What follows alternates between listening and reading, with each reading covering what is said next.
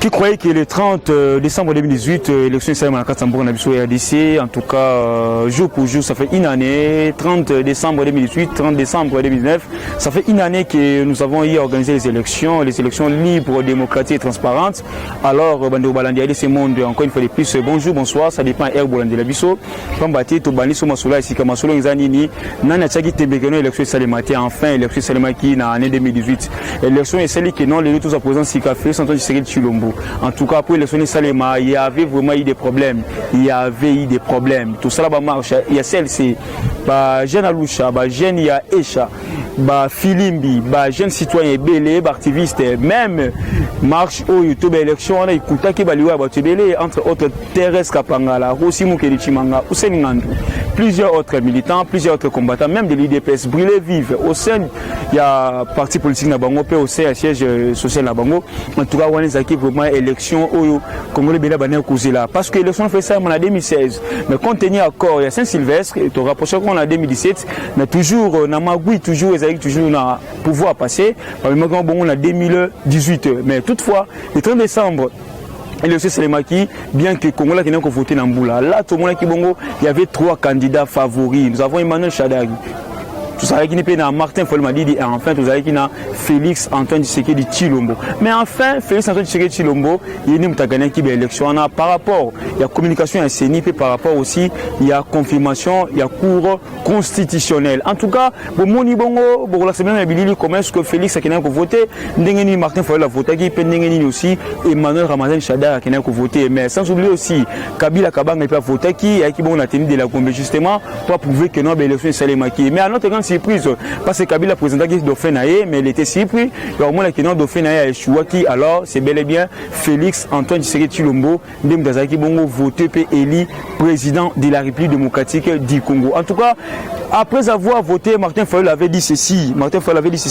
Nous signons la fin de M. Kabila, nous signons la fin de la misère du peuple congolais après les votes. Là, il y a Martin Fayulu après avoir voté. Mais qu'est-ce qu'on peut analyser aujourd'hui? Est-ce que la fin, il y a misère, le peuple congolais, ils ont toujours, tout est Salema qui est Saléminamouté. Est-ce que la population congolaise, elle continue toujours la misère? La fin, il y a victoire, tout, il y a la fin, il y a pouvoir, il y a M. Kabila. Est-ce qu'ils sont toujours affectifs? Cochelle marque. Beaucoup de Congolais se posent des questions. Pourquoi? Parce que M. Kabila est maintenant en coalition avec Félix Antoine Tshisekedi Tshilombo. Donc, ils dirigent ensemble. Est-ce que Kabila n'est pas l'ombre? Où il y a toujours qu'on travaille en collaboration avec le président Félix, il y a Martin Fayulu toujours au moment que non, la vérité des urnes continue. Alors, Martin Fayulu, nous avons promis que non, aujourd'hui, qu'on a bon discours, le 30 décembre, mais jusqu'à présent, on l'attend, mais il n'y a pas toujours de signal fort par rapport à un message naïe. Il y a le 31 décembre, à la population, par rapport à l'état de la nation. Alors, beaucoup de Congolais se posent des questions. Martin Fayulu va parler tant que qui? Tant que qui Martin Fayulu va parler par rapport à l'état de la nation. Et puis il va parler devant qui? Devant les journalistes, aussi devant le Congrès, les députés, il y a la Mouka ou comment? Tout ça, ce sont des questions que beaucoup de Congolais se posent par rapport à message à Martin Fayulu. Alors qu'est-ce qu'on peut retenir par rapport à la date où il y a le 30 décembre? Les alliés bongo date tout ça là qui est élection. Date où il y a vote. 3e élection d'une manière officielle. Il y a Mboka Nabiso au démocratique du Congo.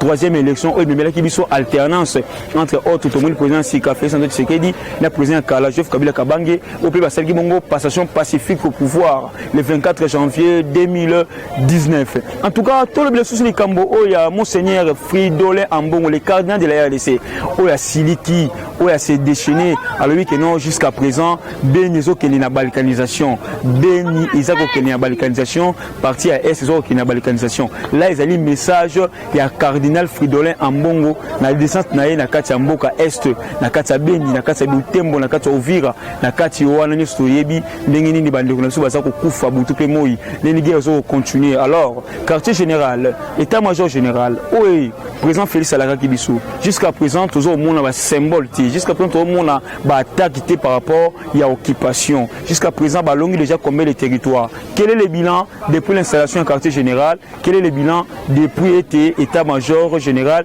et qui bon na kati ya mboka Beni? Alors beaucoup de Congolais bazo c'est la paix aussi contre la police FARDC vous mettez un peu aussi la biso moi synthèse wana par rapport il y a force ya FARDC na ba rebelle Mboka na biso. Qui dit encore le Cardinal dit ceci, les gens passent leur temps à faire des fêtes, à se quereller autour des futilités à Kinshasa, alors que le risque de balkanisation de notre pays est en marche. Alors, banani baza si la balkanisation Mboka na biso, au Cardinal a tout épinglé calamité la descente na Beni. Alors, ba image ezana bo ni Cardinal a kitaki, ni ba yembi Cardinal pas ba confrère na mususu ba monseigneur. Alors Cardinal Azako s'est préoccupé d'abord na état des lieux, na état de sécurité, il y a kati ya est et pays na biso. Alors, Kimia est et vous appelez Kimia yo mutu à Kinshasa. Alors pourquoi passer encore des facilités, beaucoup plus de temps, il y a aussi la querelle entre autres où le pouvoir, entre autres on va préparer l'élection, mais pourquoi pas c'est basé à ce que non, guerre y a est ici là. Au lieu de parler sur vérité des urnes, au lieu de parler sur Fachi Béton,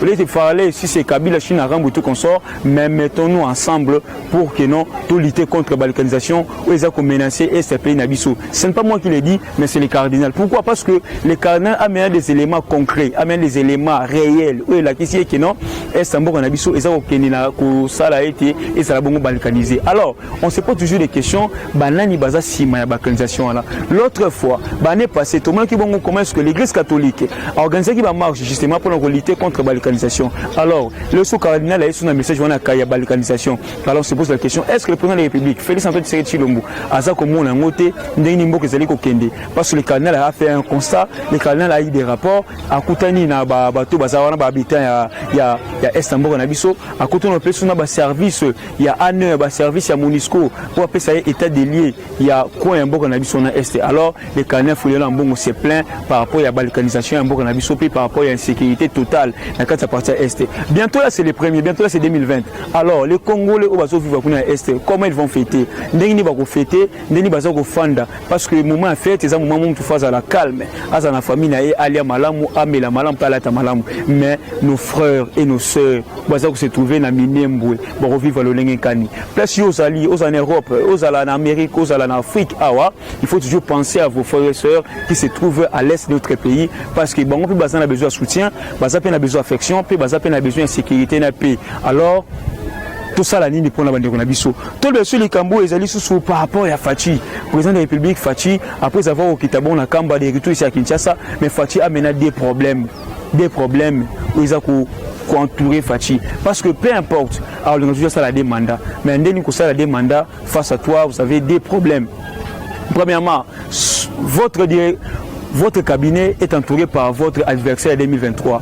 Coûte que coûte, Fidel Cameron a lancé un défi qu'il sera candidat en 2023. Alors, en même temps, il est directeur du cabinet du chef de l'État. Pourquoi pas d'abord garder le message Johanna pour tout le moment il y avait élection, mais pas même une année, bientôt là une année déjà aux autres policiers qui sont candidats aux élections en 2023. Aussi longtemps encore, vous êtes encore comme directeur cabinet du chef de l'État. Alors, qui doit protéger le chef de l'État? Nous allons protéger par rapport aussi que non, le verset Bélé Balonga a été aussi longtemps que non, vous-même, son directeur de cabinet, Fidel Cameron et Lokaningini Kingi, vous avez prononcé que non, vous allez candidat à l'élection en 2023. À part Fidel Cameron encore, Fachi encore le partenaire de la FCC, où vous allez préparer encore l'élection en 2023. Parce que tant que Kabila Kuna, ils ont demandé pardon à Kabila pour dire que non, nous reconnaissons l'échec de Chadari face à Félix, alors l'Imbisabiso pour préparer l'élection en 2023. Alors, aussi longtemps, vous avez un Cameroun qui est encore candidat à l'élection 2023, et puis, nous avons un FCC basé sur candidat en 2023. Alors, au Rolo Nini, alors, au travail Nini, alors, nous avons préparé réussite pour que vous allez encore vainqueur en 2023. Aussi longtemps, votre collaborateur direct, le directeur du cabinet, M. Fidel Cameroun, a sapé candidat en 2023. Nous sommes et ça, les Congolais, qui est belé. Parce qu'au lieu de parler d'abord vie quotidienne du peuple congolais, mais les gens déjà se préparent pour une élection. Alors, pour nous préparer pour une élection, ça demande de l'argent. Il y a un moment où il y a des détournements, 15 millions, 6 millions, 200 millions, tout ça, les gens déjà préparent les élections 2023. Pourquoi? Parce que les Congolais sont facile à polo, ils sont facile à képi, ils sont facile à bassin, ils sont facile à t-shirt, alors ils sont aussi facile à liputa. Quand ils sont passé, quand ils sont pensés à malamouté. Il y a un moment où ils vont s'organiser, ils vont se protéger pour 2023 en force par rapport toujours à bon et à contribuer à Congolais. Congolais fout à Rampaku, Congolais fout faut rampa ko pa l'état na DGI na DGAK en faut rampa ko na douane alors justement bambongo wana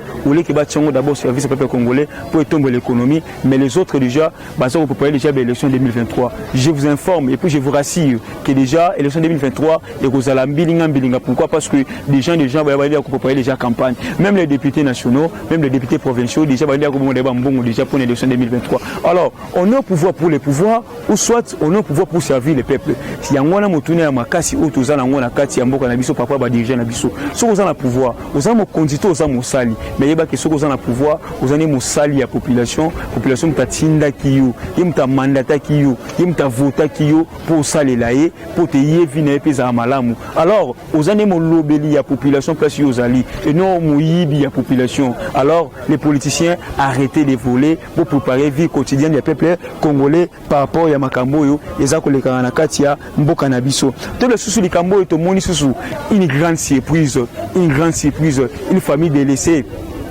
parmi les combattants et alternance Rosimu Kenichimanga tout le monde a notre grande surprise l'honorable Christelle Vwanga oya kitina ndaku ya ba Rosimu Kenichimanga pour fêter na mwana ya Russie à moisi tempérance mukendi alors Christelle Vwanga accueilli ko communier ensemble na famille ya Rosimu Kenichimanga pour te balex encore pour sawana et sengwana kasa mitema ya libota pambate to yebi Rosimu Keni c'est parmi bato yo balité pour na alternance yo bato balité pour na élection bato balité qui na marche celle-ci alors aussi est parti atigi famille mais il y a des gens où bazo raisonner famille na Rosimu Kenichimanga entre autres honorable Christelle Vwanga o accueilli na kati ya famille ya Rosimu Kenichimanga pour fêter na bango ensemble pambate papa n'est pas occupé na libota papa n'est pas là mais quand le papa n'est pas là alors qui va s'occuper de la famille et on a Christelle Vwanga atali na motema eki bo mama akiti pour fêter ensemble na mwana Rosimu Kenichimanga na kombo ya tempérance mukendi justement pambate mona za na besoin affection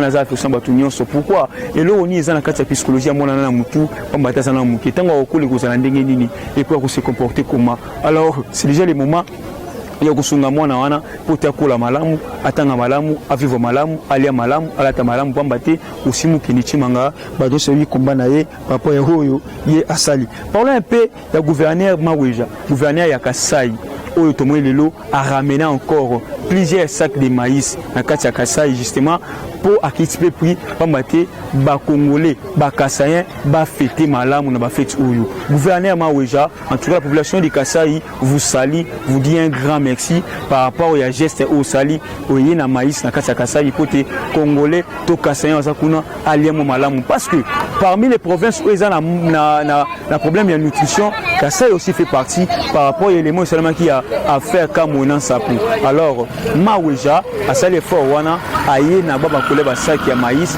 côté action l'expulsion de la population aye ba fêter malamu balia malamu pas on a pris moko très bas alors yo gouverneur mususu ozelani pour ça la paix art sabongo par rapport à province na yo parce que population pas en a besoin ya ba art sabongo vous a toujours ba na misala ya population en tout cas Maweja gouverneur ya Kasai en tout cas coup de chapeau par rapport à geste sali ça fait aussi partie du social parce que le social kaka yo ba miso benga ba bisinga ke non rems commerce social kaka ya kulia Congo lelo tous un problème social et makasi surtout kolia ezali problème makasi na kati ya Congo il y a un papa qui m'a dit alors l'Angola il faut pas comparer l'Angola vers la RDC tala budget Angola tala budget Congo yo moko beta machine yo moko yeba elo ninde kona kolia tala PIB Angola tala PIB RDC au moins que non il y a une grande différence il y a pas match entre nous et l'Angola alors pour le toko en Angola il faut d'abord la volonté politique il faut d'abord social et bongananu pourquoi là-bas en Angola après bilo que ça moins cher bien sûr au Congo ils a trop cher pourquoi le toko quoi importer bilo na kati Angola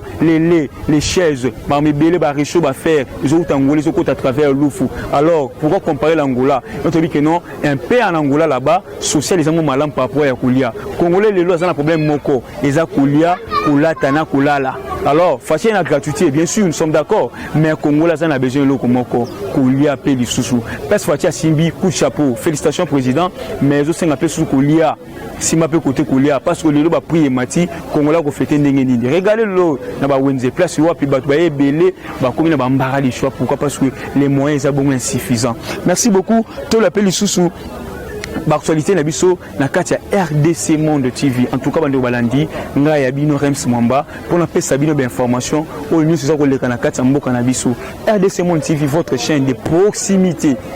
Donc tout ça permet la population pour toute la Sabino la réalité de la population.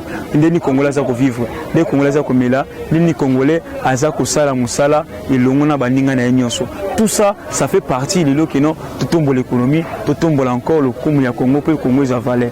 Vous s'abonner massivement pour ne pas rater les informations. C'est plus simple. Allez quand la place va s'abonner en rouge, vous cliquez pour aux autres toujours d'informations nyonso en exclusivité sur RDC Monde. Et puis, OK, plus crochet les alliés, vous cliquez sur on justement ce qui monsieur Koti, vous avez directement la notification pour que vous allez toujours informer. Nous avons dit au début d'abord que non, le 30 décembre, ça fait une année jour pour jour qui tout ça c'est qui élection ainsi pour tout soit alternance. C'est une journée en tout cas tout le jamais. Pourquoi? Parce que élection ana et salami na makile ba congolais belé. Makila ya ba congolais belé, makile tangi pour élection et salema. Alors aujourd'hui ça fait une année. Congolais voté qui na se ya mbula. Na mbula congolais a été prêt, il y a OK voter et puis aujourd'hui encore nous avons eu la victoire. Aujourd'hui nous avons eu maintenant un nouveau président, un nouveau régime et puis un nouveau système. En tout cas, restez branchés si RDC Monde comme je vous l'ai dit toujours parce que on est sur cette information. Merci beaucoup à l'initiateur de RDC Monde, honorable Eliezer Tambwe Poche Charma, Papa Lopango. Merci aussi à la présidente de RDC Monde, Maman Pauline Lumumba. Pourquoi pas à tonton Peki depuis Genève. Merci beaucoup à tonton Jérôme, oncle Jérôme, et puis à Gelor Kazadi, les caméramans d'Elix. Quant à moi, Rems Mwamba, je vous dis un grand merci. Bye, à la prochaine.